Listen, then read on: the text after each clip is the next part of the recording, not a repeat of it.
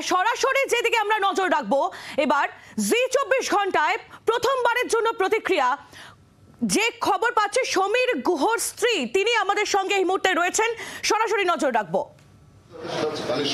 এখনো পর্যন্ত জানি না যারা এই কাজ করেছে তাদেরকে ধরতে পেরেছে কিনা সেটা আমার জানা নেই। যদি তাদেরকেও ধরতে পারে তাহলে আরো খুশি হবে। বলা হচ্ছে একযোগে 9টি জায়গায় এই অপারেশন চালানো হয়েছে, যেখানে পাকিস্তানের তরফ থেকে ইতিমধ্যে স্বীকার করে নেওয়া হয়েছে হামলার কথা। হ্যাঁ, আমাকে খবর দেওয়া হয়েছে ভারত সরকারের তরফ থেকে যে এই অ্যাটাক হচ্ছে। ভারতীয় সেনাবাহিনীর উদ্দেশ্যে, প্রধানমন্ত্রীর উদ্দেশ্যে কি বলবেন? না, সঠিক সিদ্ধান্ত নিয়েছেন প্রধানমন্ত্রী। সেনা, আমাদের সেনা রয়েছে দেখে উনি সঠিক সিদ্ধান্ত নিতে পেরেছেন।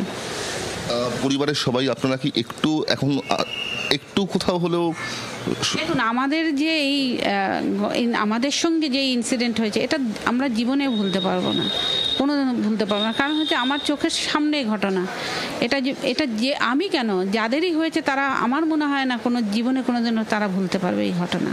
একেবারে আমরা কথা বলছিলাম শর্বরী দেবীর সঙ্গে, তিনি যেটা বলছেন যে ভারতীয় সেনাবাহিনী এবং প্রধানমন্ত্রীর তরফ থেকে যে সিদ্ধান্ত নেওয়া হয়েছে এবং সেনাবাহিনীর তরফ থেকে যে অপারেশন সিন্দুর চালানো হয়েছে তাকে তিনি স্বাগত জানাচ্ছেন, এমনটাই দাবি করছেন শর্বরী দেবী।